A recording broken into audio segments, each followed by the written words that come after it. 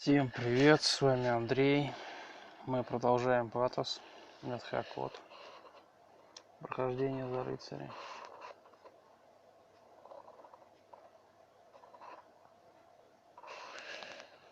Для контролируемой телепортации используйте правый клик или долгое нажатие на свои персонажи. На самом деле, для того, чтобы использовать контролируемую телепортацию, во-первых, ее нужно найти, поэтому это не так-то просто еще и сделать. Поэтому контролируемая телепортация вещь хорошая. Но нужно для начала найти контроль.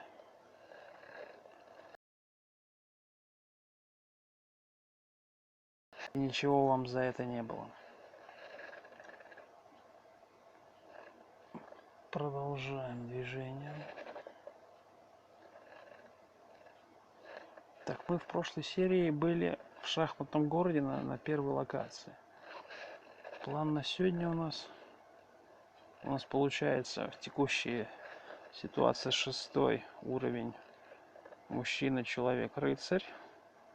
5 скорость, 6 атака, 21 защита, сопротивление, яд, талант на мерцание от плаща, навыки, легкие доспехи, средние, тяжелые клинки немножко подкачались, копия на специалиста дотянули мы немного.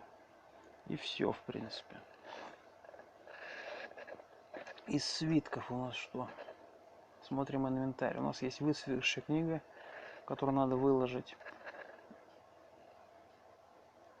Зелье лечения, светящиеся зелья, свитки, деревянный кол, палочка лечения, открытие, факел. То есть наша задача избавиться от книги, во-первых, чтобы она нам не мешалась.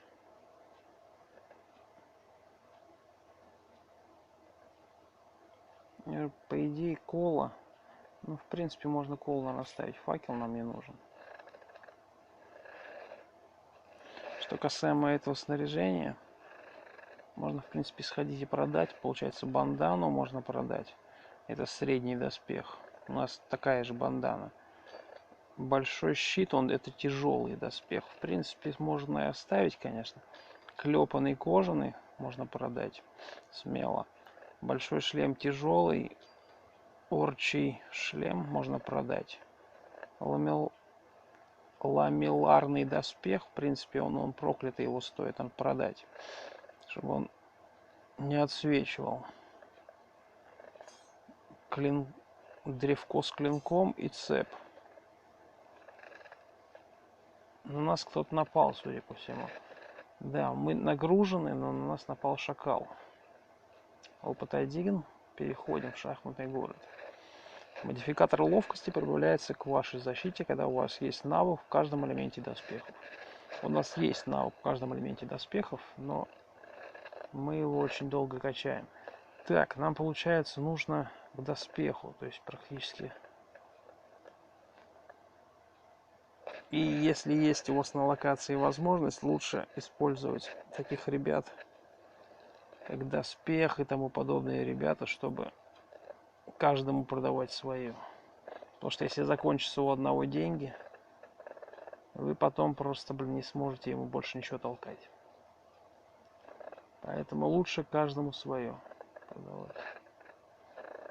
Вот, например, подержанная броня, вот продать ему все. Вот эту вот фиговину, которую мы только что вытащили. Чтобы она просто не мешалась. Опять же, самоцвет можно ему толкнуть, чтобы он не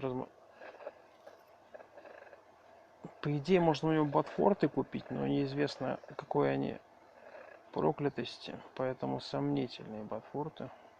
Либо вот походные ботинки, например.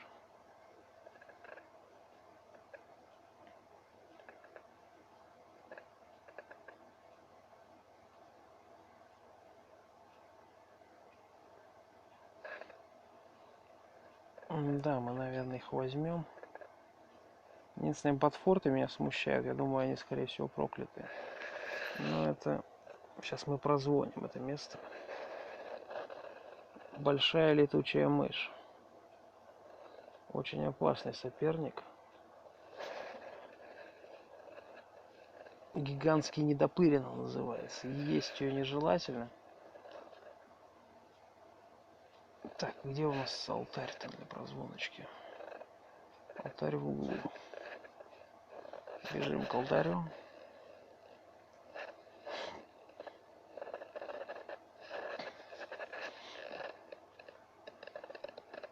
Сейчас прозвоним наши ботиночки, вновь приобретенные. Скорее всего, проклятые. Здесь, в принципе, должно быть нет. Итак, смотрим. Да, ботфорты проклятые, вторые тоже проклятые.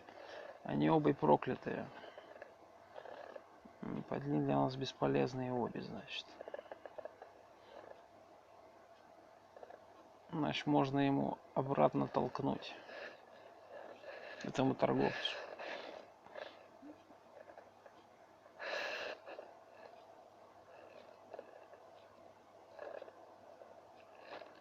По крайней мере, ботфорты точно. Но по ним видно было, не слишком дешевые. Проклятые вещи в большинстве случаев дешевле, чем их непроклятые аналоги. А вторые, скорее всего, оставим. Единственное, только нужно будет снять проклятие. Но пока у нас нет такой возможности. Да, зелье нам нужно прозвонить, поэтому мы его просто выпиваем. Это, как я и говорил, оказалось зелье фруктового сока. Вы можете ездить на некоторых типах компаньонов. Но это да, которые ездовые. Мы, кстати, не все продали еще. Так. Получается, надо выложить ботинки. К нам идет гоблин. Давай, гоблин. Ты мне еще доспех решил дать. Правильно. Молодец, гоблин. Хороший гоблин.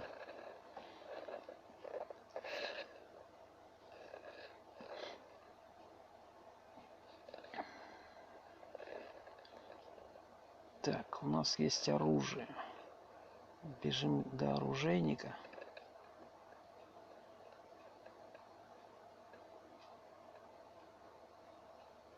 Маленькая скорость персонажа, но это не самая маленькая скорость, это стандартная скорость 5.0.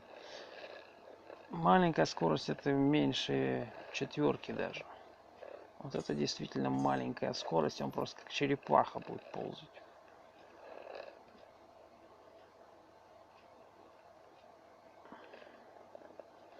Так, это у нас что? Это у нас кольца. Кольца нам не нужны. Кольца хорошая вещь. Их рекомендуют скупать все, потому что они могут дать дополнительные дебафы, такие как невидимость, сопротивление всевозможные и так далее. Потому что поэтому кольца хорошая вещь. Что касаемо золота, золото лучше не хранить в большом объеме при себе. Потому что есть такие персонажи, как лепреконы. Это просто отдельная тема. Если вы его увидите, лучше дропайте золото, потому что он его скрысит и убежит. И вы будете за ним бегать по всей локации.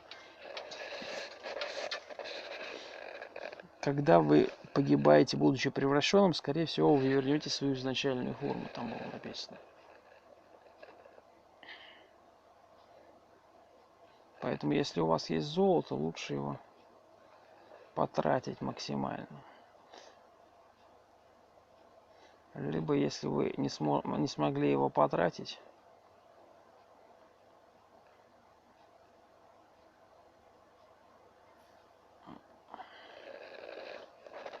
то его выкладывать надо перед каждым контактом с лепреконами и тому подобными существами.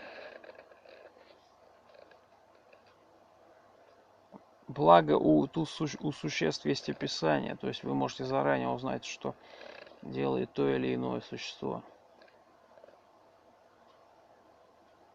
Поэтому для вас она не слишком будет неожиданная. Если вы умеете читать, частота появления мобов увеличивается по мере продвижения вашего к низу. Гробница проклятая. Вот текущая. Вот это вот. Которая на карте находится. И сейчас будут постоянно респаумиться нежить здесь. В больших количествах. Это хороший способ пофармить опыт.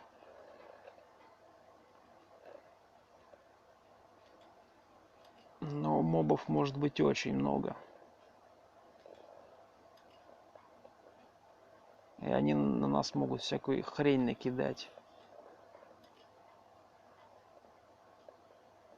Вот такую, как вот только что накидали.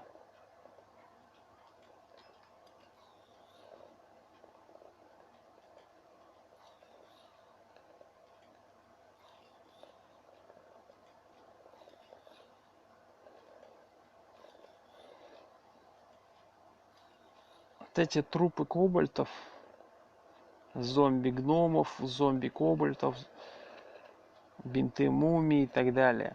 А лучше всего их запихнуть в алтарь. Он вам даст больше всего профита. А бинты мумии, они сомнительны. Их лучше всего перекрафчивать в мастерской.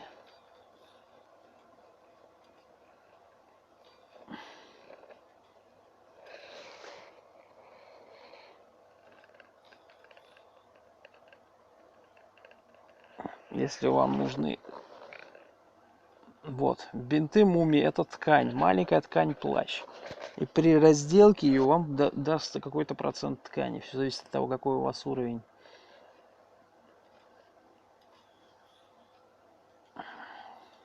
Ремесла.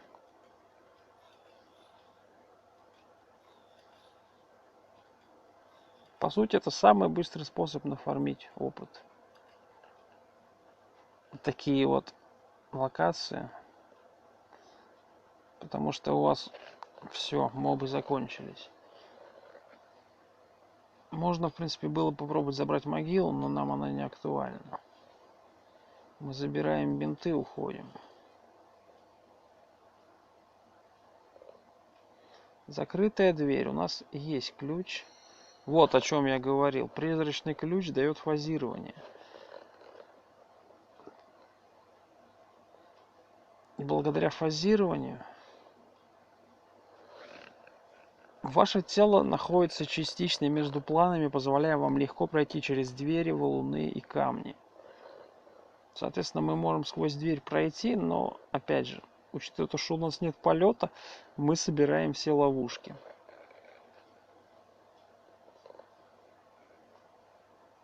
Был бы у нас полет, мы бы не собирали ловушки. Статуя Тритона. Ее можно разрушить, но она сама себя разрушила.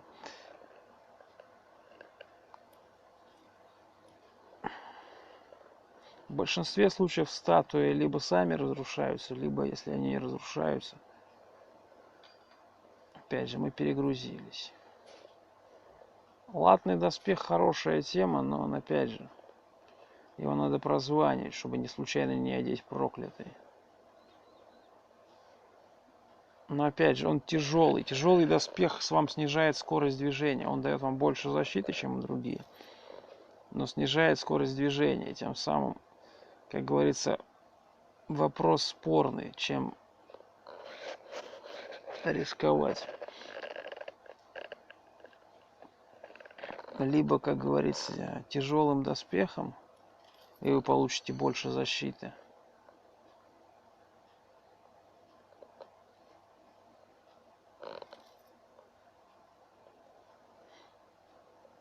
Вот опять же, у нас уже 1000 монет и призрачный ключ.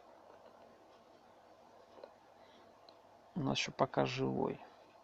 Призрачный ключ рекомендуется оставить, его не тратить на двери. Но если, конечно, у вас ничего другого нету, потому что у нас еще один. Ёлы-палы. Это у нас дриада. Так называемая священная роща. Не самый ценный персонаж, но если, как говорится, ничего лучше нету, то он тоже неплохой. Тут можно как благословить вещи, высидеть яйцо, стать его хозяином, попросить единорога присоединиться к отряду. Опять же, единорогов 3 вида, непонятно, какой к вам присоединиться. Очистить от магии зелья, свиток, книгу, то есть это просто она будет чистым. Либо водой, либо чистой книгой, либо чистым свитком. Использовать магию природы, чтобы развить силу союзника, это просто улучшение его уровня на 1. Но опять же, выше максимального вы все равно не перерастете его. Призвать прирученного зверя как вашего союзника, это очень хорошая тема, но она опять же там рандомайзер. То есть надо пробивать через сохранение, потому что вам может такой мусор призвать. А иногда может хорошего питомца призвать. Поэтому священная роща, она хороша. В общем и целом. То есть, по сути, локация пустая. Но опять же, мы просто половины не видим. Локация может быть и очень хорошая. Но для нас она пустая, потому что мы ничего не видим на текущей локации. Есть заклинания, которые позволяют просматривать местность. Но в данный момент у нас нет заклинаний.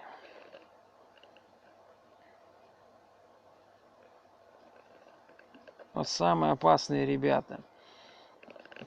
Такие вот искатели. Это прям, я не знаю, это самые опасные ребята. Они изначально к вам мирные, но если вы случайно с ними начнете каким-то образом взаимодействовать,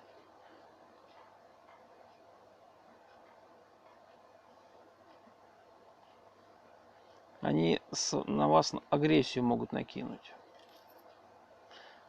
Кучки золота иногда бывают мимиками, что очень опасно. Мимики достаточно тяжелые, ребята.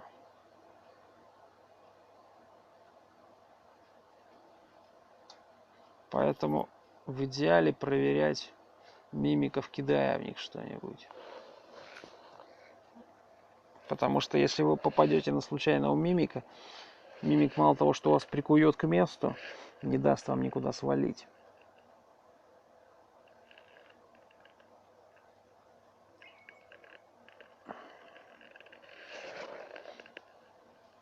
Поэтому рекомендуется именно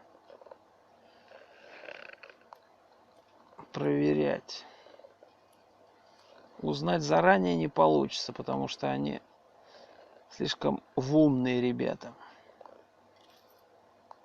Но на начальных уровнях в большинстве случаев дракон. Очень опасное существо. Его лучше максимально... Это сонный дракон, насколько я помню. Да, оранжевый дракон, он кидает сон. Грейжена его версия, точнее.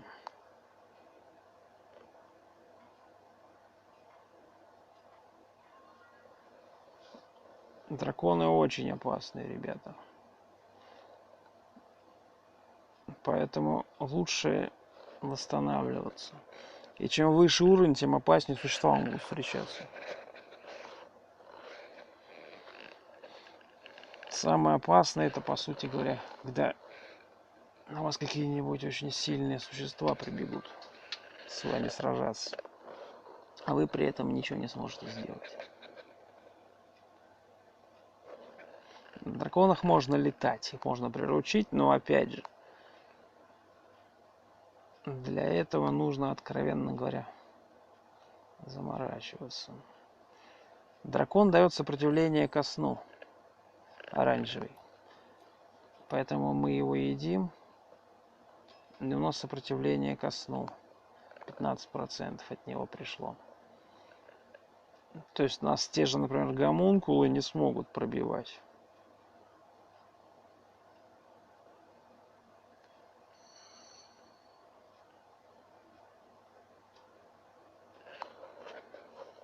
Я предлагаю прозвонить доспех Правда, он нам особо не актуален, но все же либо его выложить. Латный доспех, который у нас, точнее бронзовый он считается, но он достаточно тяжелый, но они очень эффективные. В плане того, что вы, например, прокачали full доспех, скажем, средний и легкий, а вам нужно, ну, чисто для галочки прокачать еще и тяжелый. По крайней мере, я так делал. Я прокачал full легкий доспех, потом прокачал full тяжелый. Вот опять же, это Кобальт Мумия. Интересный персонаж, но следом за ним вот идет очень опасный персонаж. Это был Кобальт Шаман. Достаточно опасное существо. Оно может кидать сон массовый по площади. Мы получили палочку.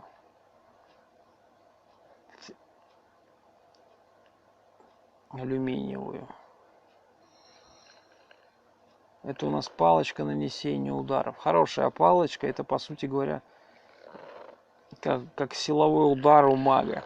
Но у палочки есть ограниченное применение на количество зарядов. Соответственно, вы постоянно ее использовать не сможете.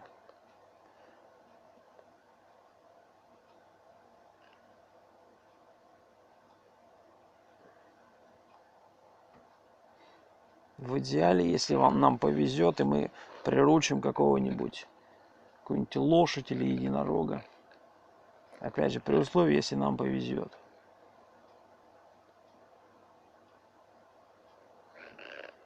Но нам, опять же, нам не всегда везет. Бронзовые латы хорошая вещь, их желательно сразу прозвонить, чтобы они знать, что из себя они представляют. Может, они прокляты, их стоит продать. Латы, скорее всего, не проклятые будут, судя по цвету. Да, латы не проклятые. То есть, в принципе, их даже можно и одеть, посмотреть, насколько они нам будут тяжелы. Они нолик. То есть у нас защита стала 22, но скорость 33,9 стала. А наша стандартная 20-42. Но опять же, при условии том, что мы нагружены. Соответственно, мы нагружены, теряем скорость. Латы хорошая вещь, но они очень сильно нужны в лейте. На начальной они особо только мешают. Стрелы хорошая вещь, но если у вас нету лука, они бесполезны. В нетхаке есть такая фишка, что можно проверять вещи. Но благо у нас такой фишки нет. Проверять зелье на проклятость через стрелы. Но опять же, у нас такой фишки не завезли.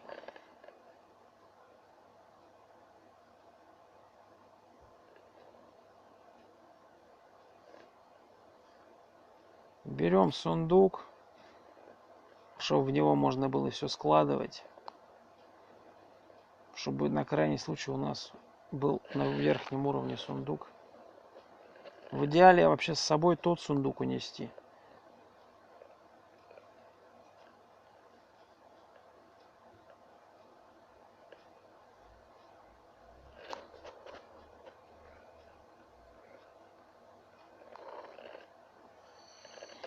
Опять же,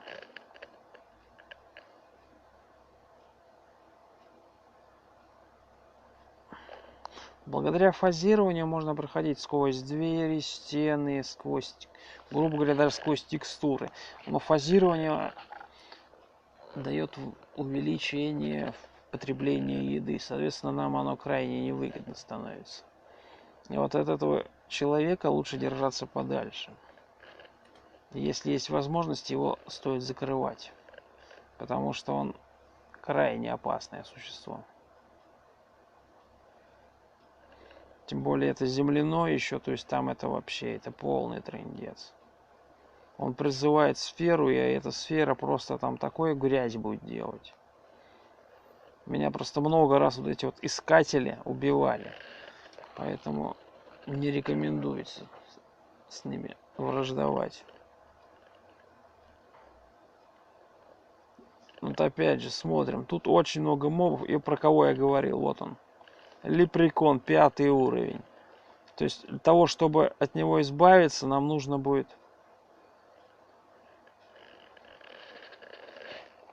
от золота избавиться. Потому что он тупо начнет телепортироваться. Скрестит у нас золото и будет постоянно всех убивать. У нас микропроблемы возникают. Опять же за нами 3 моба идут.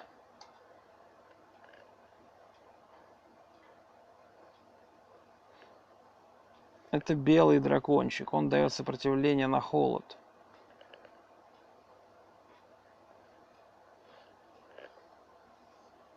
Это крыса-оборотень. Если ее съесть, нужно сопротивление к яду. От белого дракончика мы получили сопротивление к холоду. Учитывая то, что там лепрекон, я предлагаю просто выложить золото.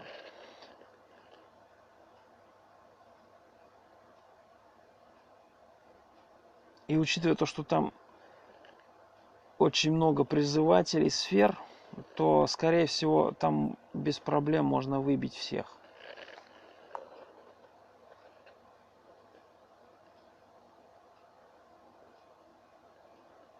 Такие вот ребята, как искатели. Искатель огня, искатель земли и тому подобные ребята. Достаточно сильные.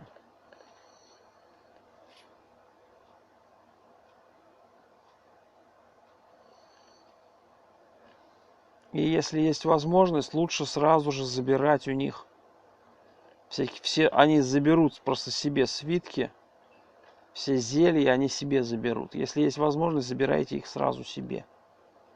Потому что если вы это не сделаете, они его сами себе заберут.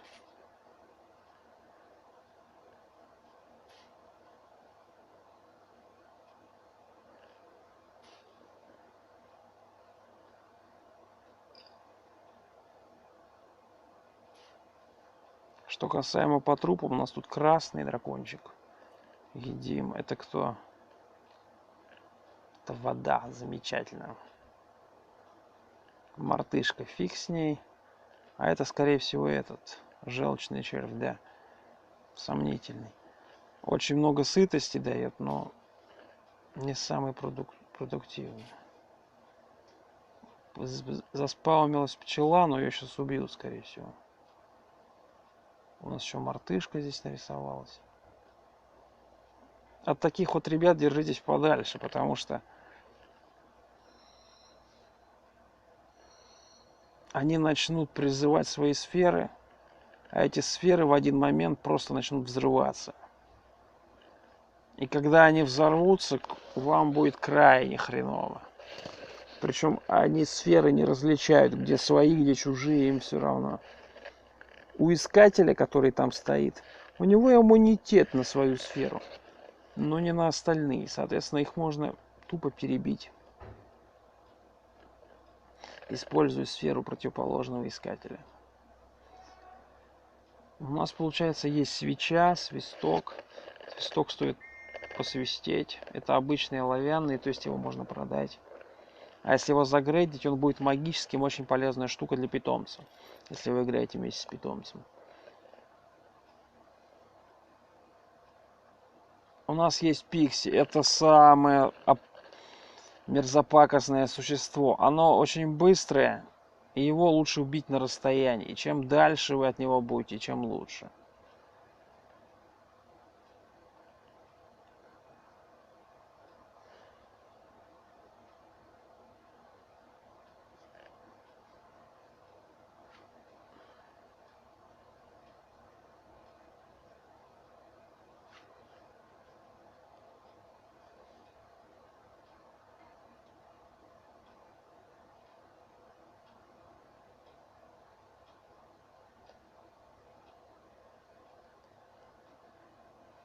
Пикси очень гнилое существо. Оно крысит вашу экипировку.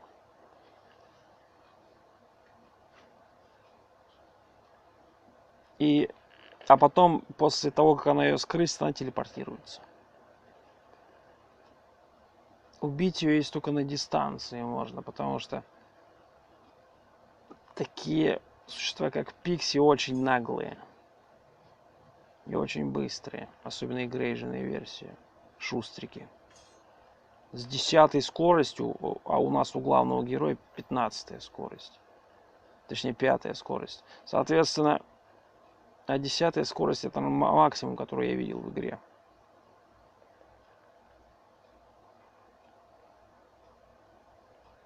Не рекомендуется с ней вступать в контакт на ближнем бою, потому что она скрысит экипировку и тупо свалит.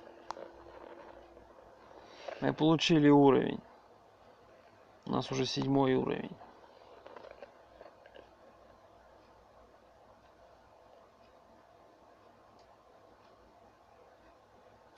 Подбираем щенка, перекусим.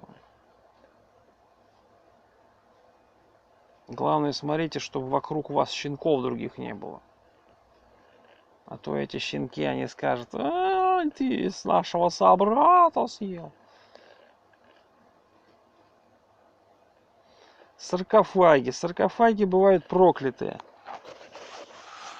И они могут зареспаунить таких опасных существ, что просто трындец. Поэтому, чтобы открыть саркофаг, нужно откровенно подготовиться.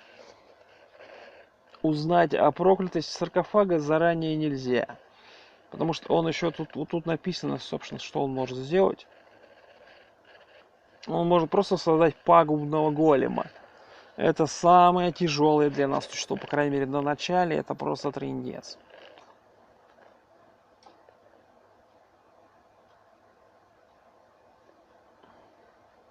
Поэтому, если есть возможность, лучше саркофаг на начале не открывать.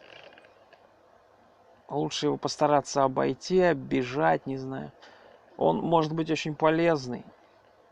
Но опять же, если он создаст голема, у вас проблем не наберетесь от него.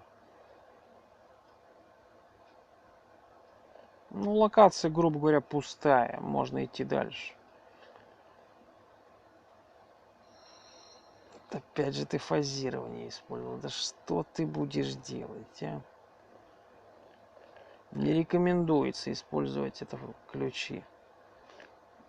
Учитывая то, что у нас есть мерцание, нам, в принципе, все равно. Рекомендуется на замки только использовать.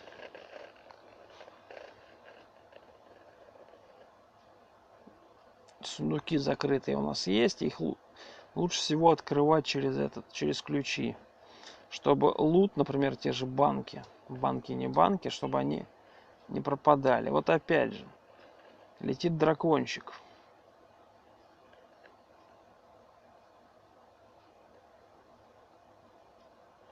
Дропаем лут, смотрим. Средний, а это оранжевый дракончик, он иммунитет на сон имеет. Соответственно, его нужно бить. Его и похожих на него ребят.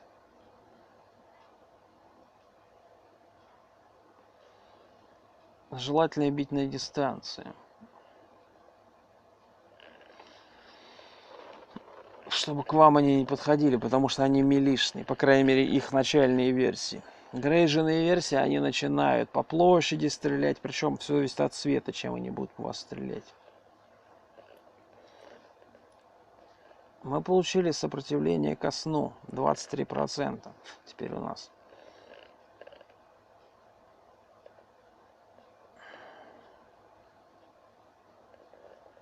Как говорится, продвигаемся дальше.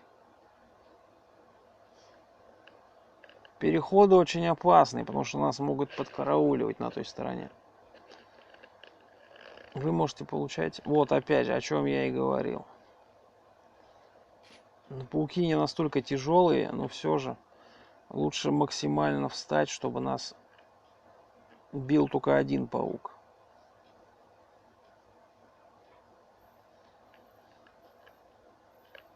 И желательно вытаскивать из двери.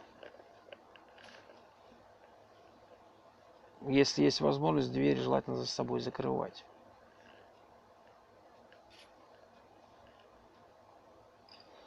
Потому что у существ порой рук... Вот это вот существо, черный единорог называется. Вы его просто не убьете, потому вот у него скорость 10. Вы его просто не убьете, даже если вы будете сильно пытаться. Он крайне опасный, с ним не рекомендуется встречаться, если вы в миличном бою. Только дальний бой, только. И на большой дистанции, потому что если вы к ним в мили подойдете, он вас просто съест нафиг. Вот опять же, есть мирный дракончик. Тоже сонный, но он мирный. Серебряный дракончик. От его можно было бы, если и был бы свиток приручения, мы могли бы его забрать с собой. Но у нас свитка приручения нету. Атолл. Серьезный противник достаточно.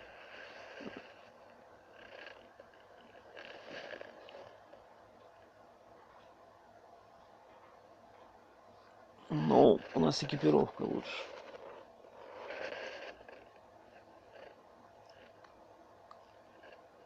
Потому что уже 5-го уровня.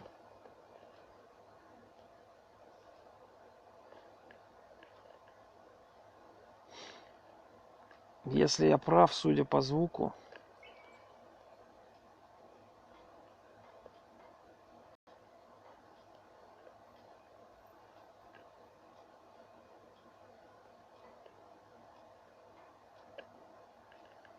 все крайне плохо.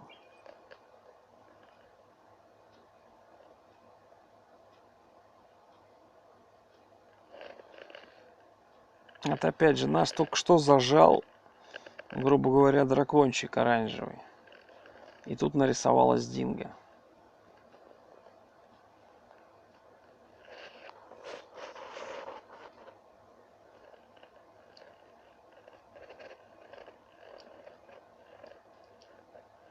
Магам в этом вопросе проще. Чем больше у мага магии, но опять же, проблема мага в том, что они хрупкие очень.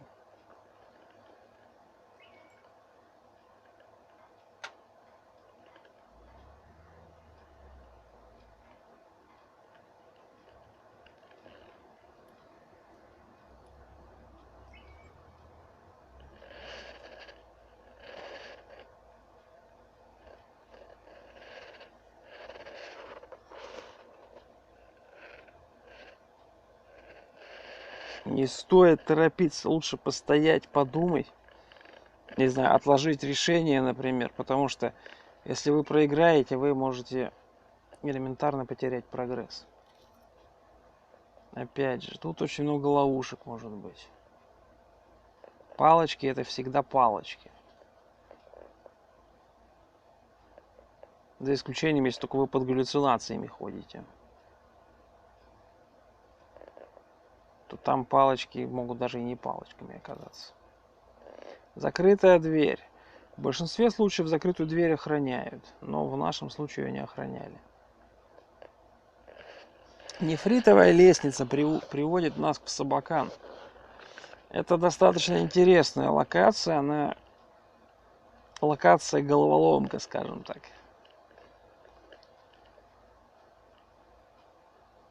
Тут очень много всего можно нафармить, но для этого нужно, откровенно говоря, туда пустым идти, потому что в Собакане нужно максимально быть пустым. Для этого мы принесли с собой. Вот опять же, о чем я и говорил. Плохое яйцо нас атаковало. Яйцо не самый опасный противник.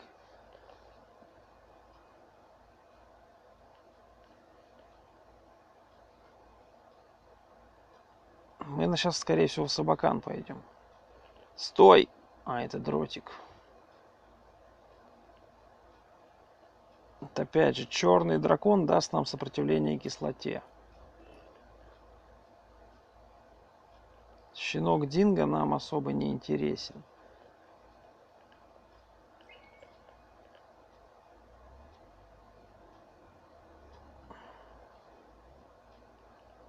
Пещерный паук нам тоже не интересен. Нам интересен сундук, потому что мы идем к Собакану ближе. И посмотреть в целом, что на уровне происходит. Желательно, если есть возможности, не ломать двери, потому что не у всех персонажей хватает сил их, откровенно говоря, открыть. А у тех, у кого хватает сил их открыть, они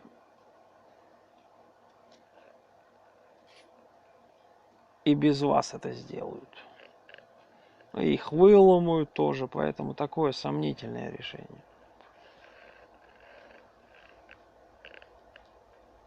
У нас есть зелья какие-то странные.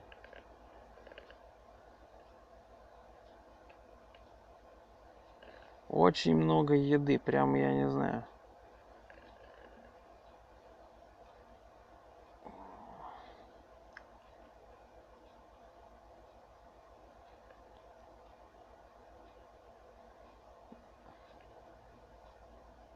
Мы, кстати, палочку ржавую не посмотрели, что она нам дает.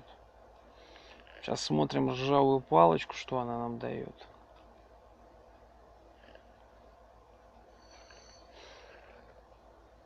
Палочка невидимости, отличная палочка. Она делает персонажа невидимым, но опять же, на короткое время.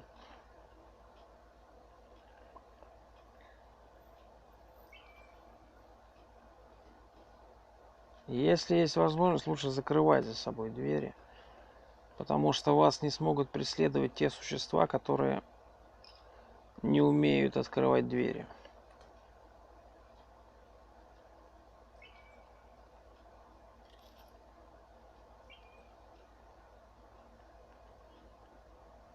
Они, конечно, могут проскальзывать, но, например, те же, например, щенки, единороги и так далее вас не смогут преследовать.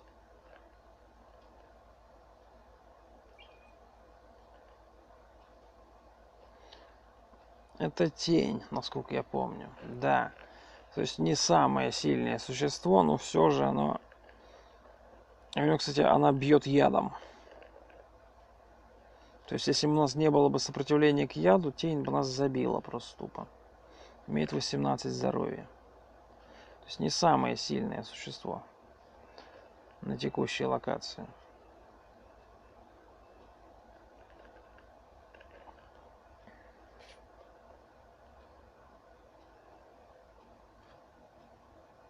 Вот опять же, какое-то коричневое зелье. А кидать зелье надо в тех, у кого есть руки у персонажей. Там даже написано. Есть руки, нет рук. Вот, например, у этого тени смотрим. Скрытый во тьме, нет крови стонания. Призраки. В принципе, в него можно кинуть. Но не факт, что он сработает. Опять же, очень опасно кидать зелье, потому что вы можете кинуть в него зелье превращения.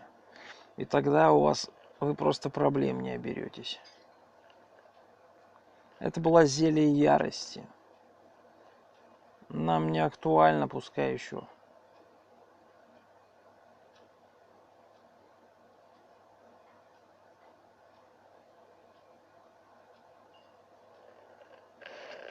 То есть мы узнали про зелье ярости. Чтобы прозвонить свитки, нужно найти свиток опознавания. Он продается у торговца по очень низкой цене обычно. И его прочесть прогрейженную версию. Опять же, единорог. Очень опасное существо. Убить его можно, но очень тяжело. Потому что это крайне сложное существо. Но его рог, который он может дропнуть, это очень эффективная вещь.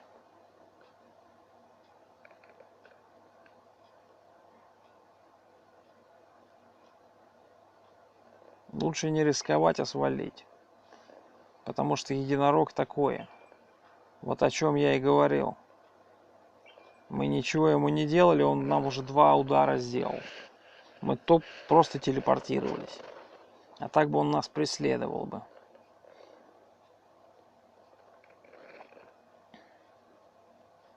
Единорога бить только на расстоянии.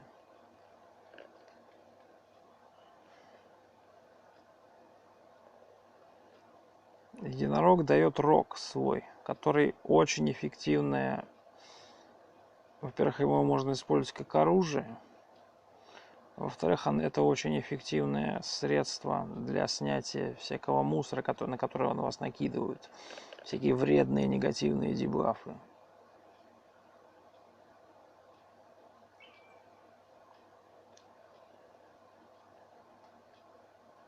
В принципе, я думаю,